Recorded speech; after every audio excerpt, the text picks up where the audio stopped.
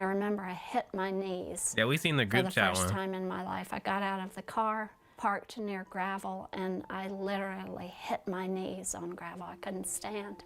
Who knows that you're going to lose your kids? You know, you don't think about that. She got in her car and, you know, put down her mirror, fixed her lipstick, and leaned out and said, 241, Mama. And she drove away and never came back. It's every mother's worst nightmare. A serial killer lurking along the same streets as her child. Oh, fuck no. A kind of evil that could make you fear your own front door. Because once your child opens it, you never know if you're closing it behind them for the last time. That's what happened to 20-year-old Morgan Harrington's mom, Jill, on October 17th, 2009, when she sent her daughter off to a Metallica concert in Charlottesville, Virginia. It was a night Morgan had been looking forward to for months, and she earned it too, after spending that summer working at Virginia Tech alongside her dad, Dan, the vice dean of the university's School of Medicine. Morgan was just such a beautiful baby. As she grew up, she was a beautiful girl, beautiful woman. I always said that she was as beautiful inside as out. The teenage years came, however, and you start wondering if that's really true. But somehow, again, it came around the summer that she was working with me. Dan and Jill Harrington, both medical professionals, remember it as the magical summer. A time when everyone lived in the moment and felt excited for the future.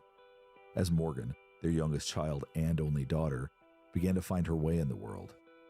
It was a magical summer, and I said that at the time. That wasn't something, 6 months later I said, oh gosh, that was a great summer. I said, gosh, this summer was just fantastic. And Morgan thought so too.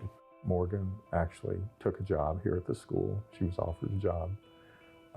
And of course, your worry is, oh my God, is she going to show up for work? The girl was here every day, on time, dressed. I mean, this is a person who was late for everything. The following fall, classes began. One class in particular, a humanities course taught by university professor Jane Vance, was one Morgan didn't just show up on time to, she looked forward to it. In the fall of 2009, at Virginia Tech, teaching a course in humanities called The Creative Process, I had a front row, beautiful student named Morgan Harrington. Morgan was, what word will I say first? Sympathetic. She was so sensitive to her classmates. And as I would call on people, she would feel their reluctance before I knew it was coming. And she would turn to them and offer some help or assistance without it being obvious. She delivered that kind of gentle camaraderie, subtly. That's a very rare thing in a young person, to come to someone's aid without it being clunky, but she had that skill. In those warm southern months, Morgan found a way to combine her creativity and empathy and put that improved work ethic to good use. Morgan loved art, but really felt like she had more to offer with younger kids in education. So she had decided shortly before she was killed to make that her career and declare her major. And let me tell you, the deans loved Morgan. She was just a bright spirit. Wasn't he the dean? Morgan's personality, her helpful nature, the and art in love there for is art and music, the crazy. story. Morgan's personality, her helpful That is sick. nature,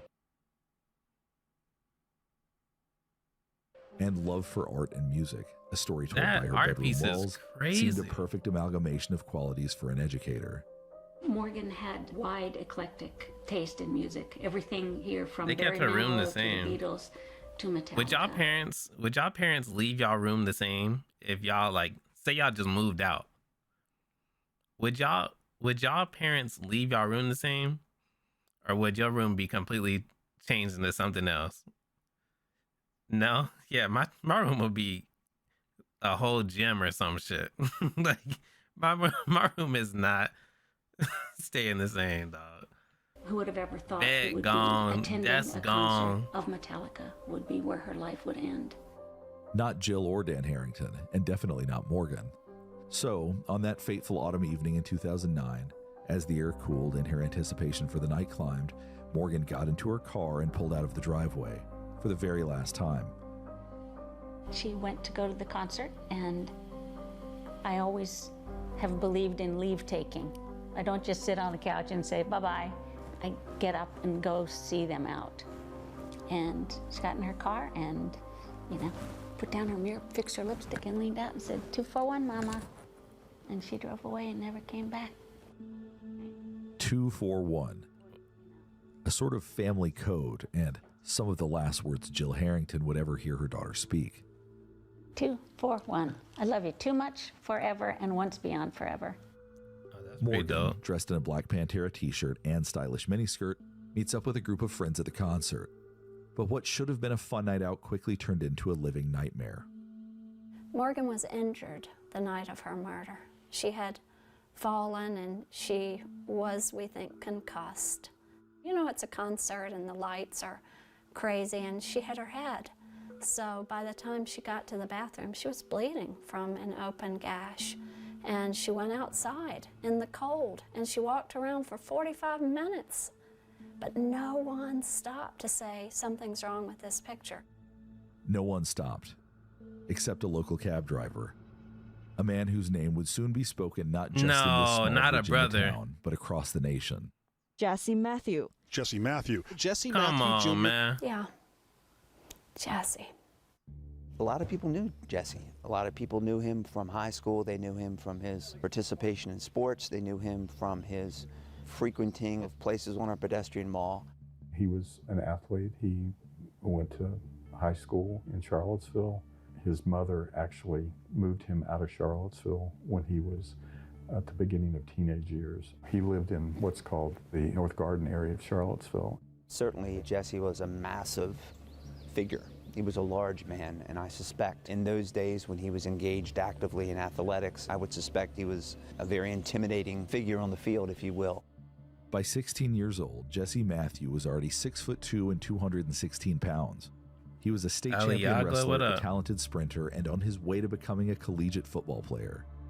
As massive and as lumbering as his facade was, he's very fast. He moves with lightning speed. Jesse Matthew was a big guy with a big secret, an alleged violent past and a darkness that lived within him, deep enough down that nobody knew. He then went to Liberty University on a football scholarship. There was an accused rape there Yeah. that no one prosecuted. Had you played? In No, I October haven't played 2002, Kingdom Come A Deliverance student at 1. Liberty University accused Jesse Matthew of rape. But he rejected her version of events, claiming he and the woman were in a relationship, and any physical intimacy between them was Even if you in a consensual. relationship, you can still are somebody. You know what I'm saying? Like, just because you're in a relationship with them don't mean that you didn't do that. The accusation against him never amounted to a charge, not without sufficient evidence. And it seemed to be her word against his. And as well known as he was, the student body wasn't ready to cast him out. Something it seemed he knew and was counting on. Or he can do whatever he wants in college. There's nobody that's necessarily watching you come and go. And even when he was being watched, people were usually watching with admiration because he was such a good football player. He left school. He went to Christopher Newport.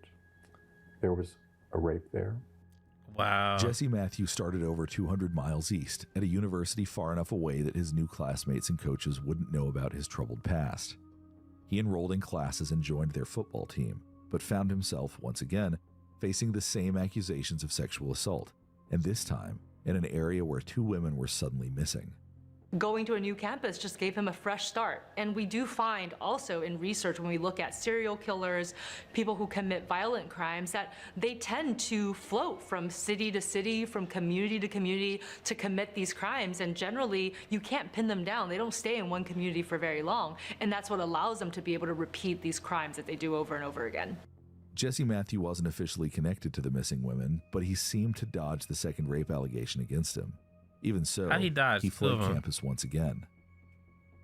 Unbeknownst to the people of Virginia, there was a serial rapist on the loose. I do feel that there is such a thing as a predator. And maybe it's the same thing as evil. I think that what identifies it is a total lack of empathy and compassion. Jesse Matthews is a predator. People are not safe with Jesse Matthews free and loose in the world. In September 2005, Jesse Matthew reemerged in Fairfax County, Virginia. Though he was no longer studying or playing football, Jesse chose to reside and make a living in a town with a large student population. He found work as a taxi driver, transporting residents and students in his brown minivan. That's a perfect storm, that you have predators who are now not censored by parents. And then you have a crop of young students who don't yet have a peer group and don't really know the town where they are in college. And that's a very dangerous time of year on college campuses. There, in Fairfax, a third victim came forward. And this time, she reported the rape to law enforcement.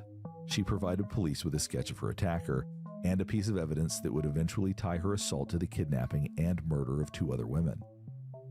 Wow. In the fall of 2005, Fairfax City Police had DNA belonging to the women's reported attacker.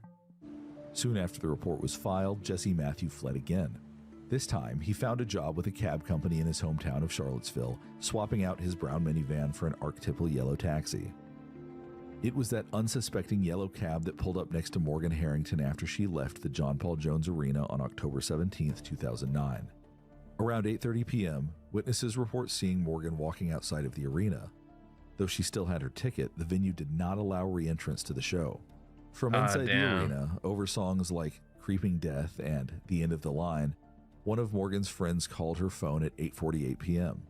Morgan explained that she was stuck outside and would try to get a ride home. Driving herself home with a head injury likely seemed out of the question. Groups of kids, they would say, look at her, look how she's wandering without a jacket. But you know, when you see through compassionate eyes, you say, she needs help, something is wrong. But no one did. Morgan did get a ride that night, but she never made it home. In fact, there was no sign of Morgan at all until the following day. Did they when have like investigators found a surveillance single camera? clue. Morgan's purse was found near the arena with all of its contents still inside. Dan Harrington heard about the discovery from investigators and relayed it to his wife. Jill was struck by the news. She knew that no woman, not even her young daughter, would willingly leave without her handbag. When we got the call that Morgan's purse had been found in Charlottesville, outside John Paul Jones Arena. And I came in, Dan was sitting here, and I came in from church. We were waiting for her. She was supposed to look at some math and go over her checkbook with her papa. And, you know, I came in and he said, oh, you know, Charlottesville police called, they found Morgan's purse. Suddenly it was What up, clear to pirate? Dan and Jill Harrington, their bright and bubbly 20-year-old daughter Morgan Harrington was missing. And that was like the elevator plummeted from the top floor into the basement, because you knew no woman, if her purse was gone, she would have been on the phone crying. We would have heard from her.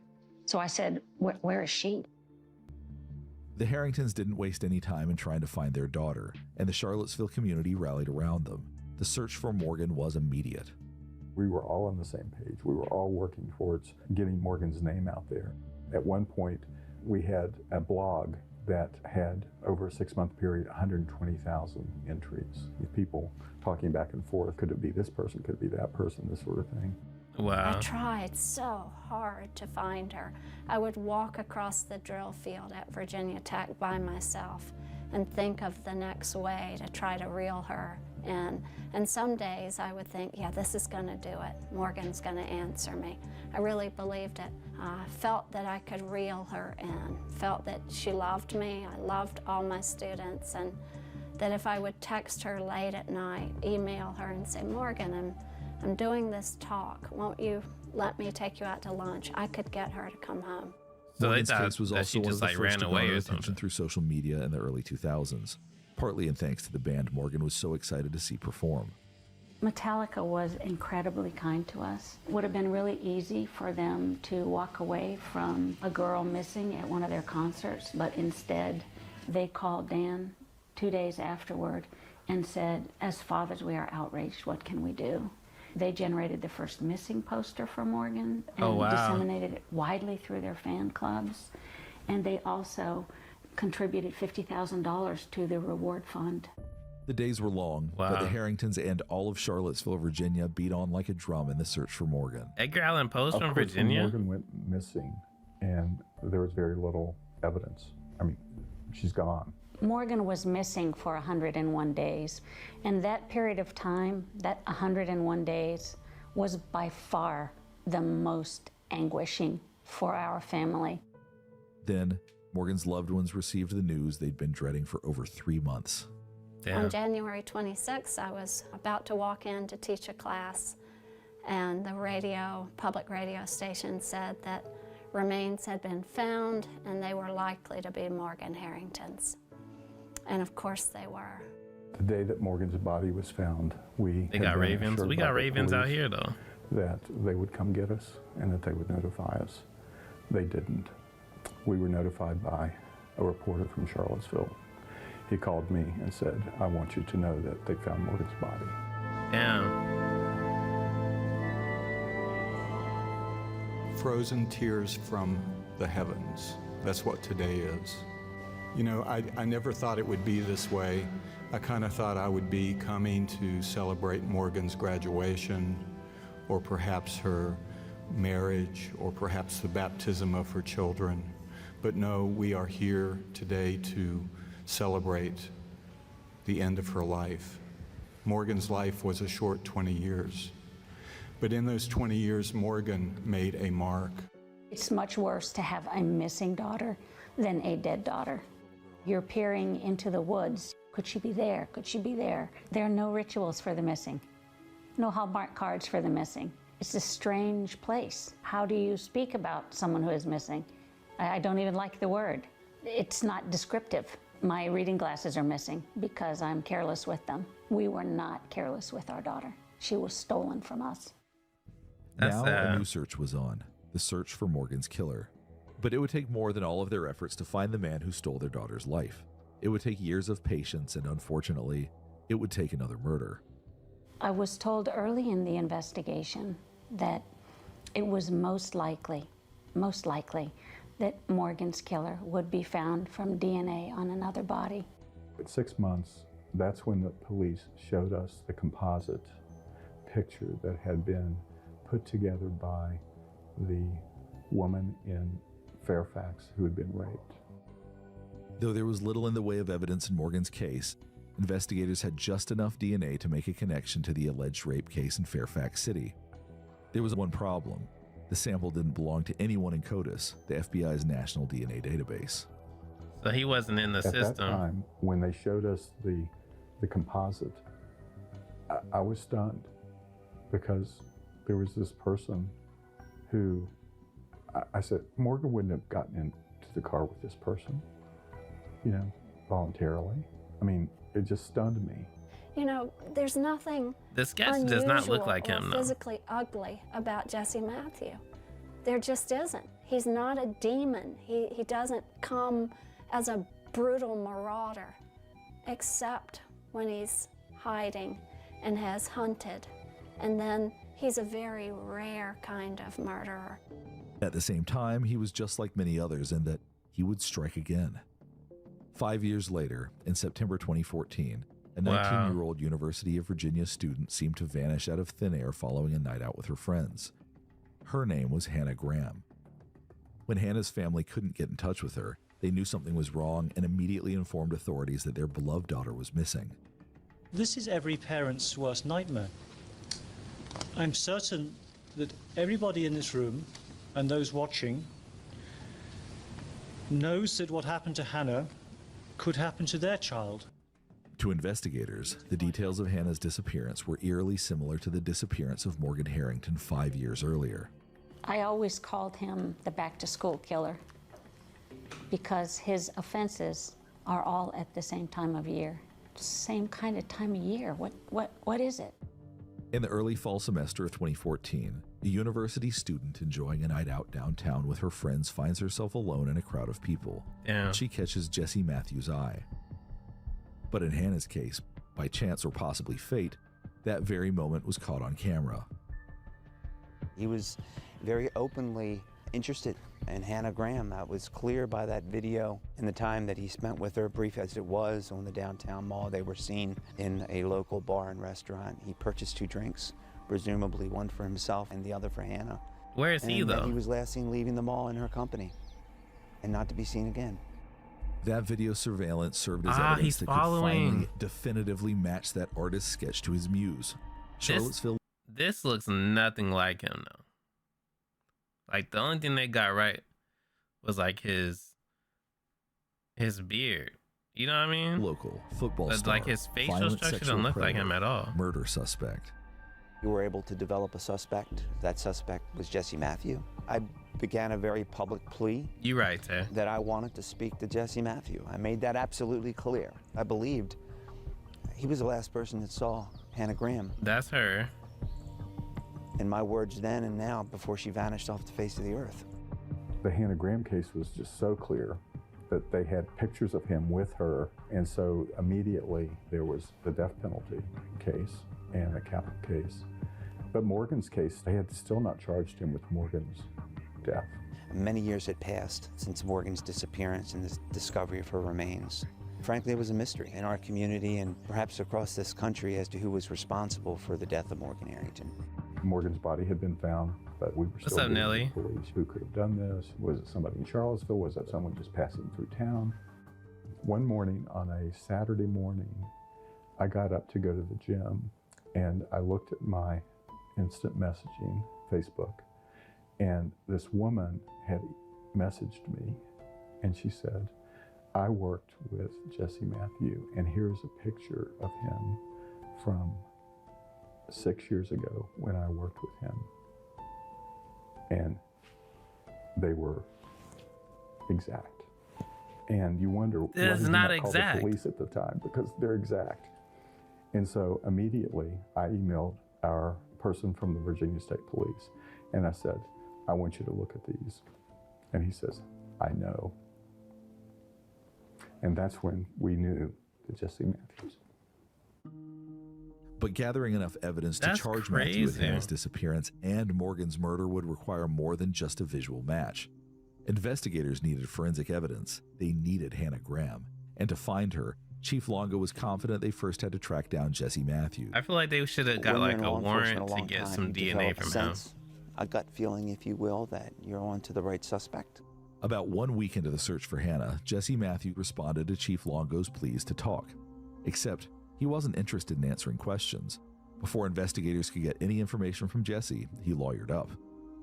We pretty immediately put him under physical surveillance. In other words, we followed him.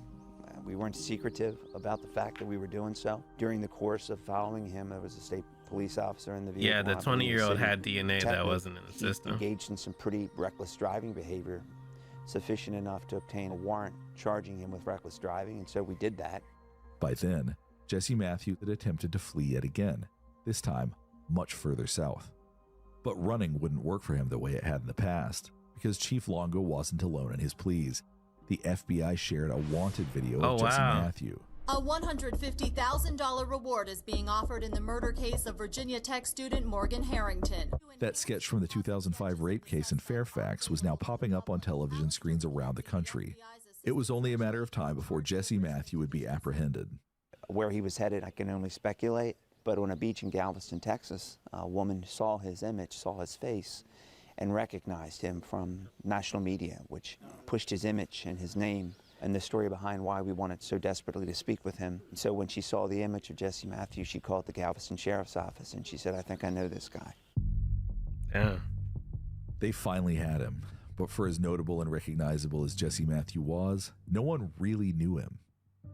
But now, with search warrants in hand, investigators were getting a much clearer picture of the kind of monster Jesse Matthews was and what he did to the daughters who never came home. In his vehicle, investigators found gloves, antiseptics, and a cell phone with an empty slot where the SIM card should be. Oh, It was snap. enough to obtain a warrant to search his home, where the forensic evidence was waiting to be discovered. Investigators found a pair of shorts with semen on them. Now they had Jesse's DNA to match against other pieces of evidence. Damn. When you're in law enforcement a long time, you develop a sense, a gut feeling, if you will, that you're on to the right suspect. And frankly, a lot of people in this community would have said to me early on in this investigation, you have got the wrong guy. It's really disconcerting to try to figure out someone, because what you're really doing is trying to turn them into someone who couldn't murder. But he is someone who can murder. That became evident on October 18, 2014, when investigators finally found 19-year-old Hannah Graham, 6 miles from the field where Morgan Harrington's body was dumped 5 years before. Damn. I made a promise that I'd find their daughter. I had no idea that some 40 days later, the circumstances would be such that her daughter wouldn't be coming home. It was about 10 miles out where we discovered the remains of Hannah Graham behind a house that actually had been for sale for some period of time. It's hard to believe this, but having someone find the body is a blessing, because otherwise they are just forever lost. After what Chief Longo had called the largest ground search in the history of the Commonwealth of Virginia, police charged Jesse Matthew not just with abduction, but with murder. The combination of that physical evidence and certainly that forensic evidence not only connected Jesse Matthew to Hannah Graham's death, but to the death of Morgan Harrington. His blood was on Morgan's shirt, but that's the only evidence that there was. Are you Jesse Matthew Jr.? Yeah. It took some time for the DNA test to come back, but ultimately, the semen on Jesse's shorts positively linked him to the 2005 Fairfax City rape. And when tested against Morgan's Pantera t-shirt she was wearing the night of the Metallica concert in 2009, it was also a match. And to be able to bring that case to closure was a milestone. After 5 years, Morgan Harrington's family and friends were face to face with the man who stole her life. Damn. Finally, we went to an arraignment in Charlottesville. He looked down at Jill and me and just stared us down as he passed us by and went on. But that was pretty scary to see this guy. And I mean, literally, I could touch him. If he They could better have than at me, that I would've moment, he snapped. would have killed you. Marks you forever to be in the presence of someone who, if he weren't constrained, might reach out quickly and snap your neck. He breaks bones with his bare hands. Who can do that? Jesse Matthew pleaded guilty to the murders of Hannah Graham and Morgan Harrington, and in fall of 2015, faced sentencing.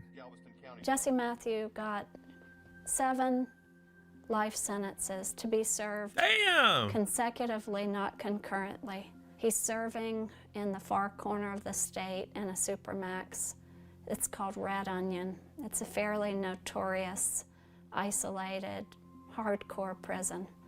I'm told that he spends almost 24 hours a day in his cell, and that may remain the case. I've actually measured it out in my home, just how small a space he has. And for a man his size, he could take 2 1/4 steps. Large steps, but that's all. I think the walls are concrete. I think there is sunlight coming in, but it's through a frosted window, and there may not even be that. Despite the horrors of what he had done and the life of solitude he now faces, he has never offered the Harrington family or the Graham family an apology for what he did. Yeah, that's a sick nigga I believe right that there. Jesse didn't have any empathy for his victims. I believe that he probably didn't feel that much for his victims, and that's what allowed him to be able to do all of those violent things that he did over and over again. I'm sure he had some issues growing up, but there are people who have endured terrible family situations and have gone on to become So wonderful. that sketch was done, it must have been done when he had short hair like this, because there's no way, right? He has long dreads, and then on the sketch he has just like an afro. He had many opportunities, but he still could not change the matrix. I measured it out too. It shocks me that he couldn't say, I'm sorry. He could never express remorse. But then again, I do agree with Jill that he is different stuff than we, and that he doesn't express remorse because he doesn't feel remorse. He's not stony. He's glib and happy about what he's done. I'm sorry to tell you. We're here today to dedicate a permanent spot of remembrance to Morgan Dana Harrington. Somehow, despite it all, Dan and Jill Harrington have found a way to move forward and honor their daughter's bright spirit. We don't hate him. That's during crazy. the time that I don't we think I knew would be about able him, to Jill has always continue been on very with life magnanimous, if forgiving. that happens to one of my kids. 241. I love you too much forever. One more time. The time when you are least capable, we had to be I the would be highest functioning that we distraught. could be. I think that's a choice. There is a choice at some level to remain broken or to transform and become new stuff, which is difficult to do. But we refuse to remain broken.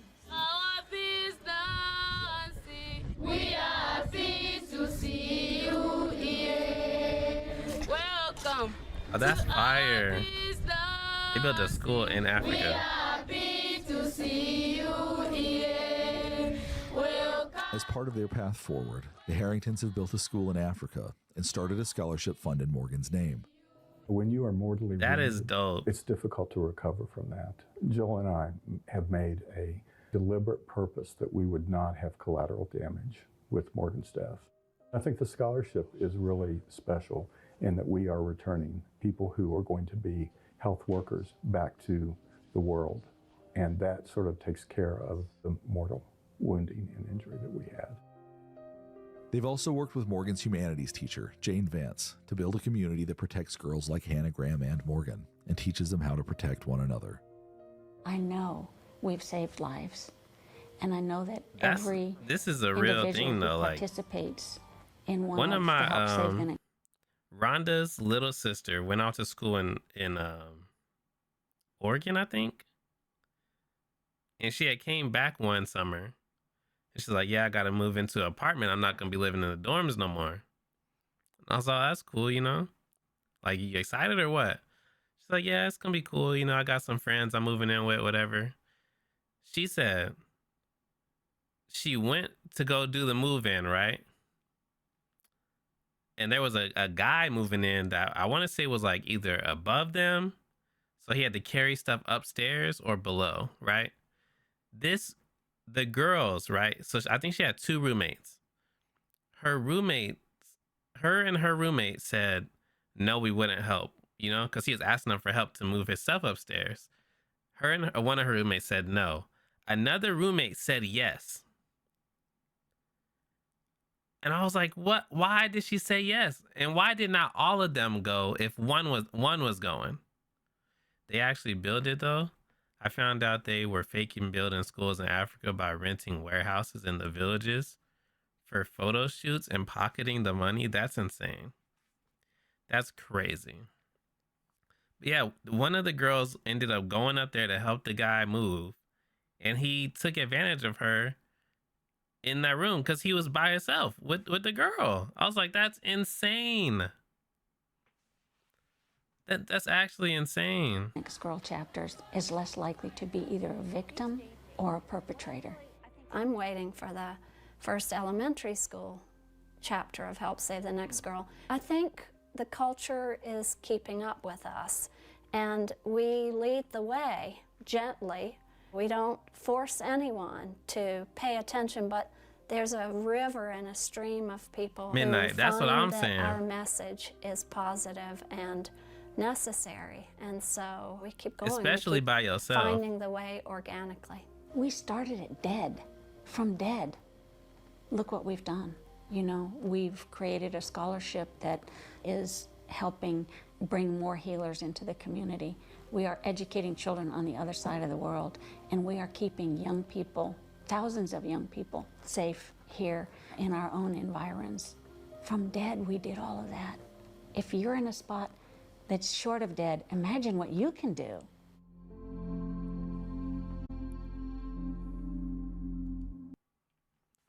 That was a crazy one.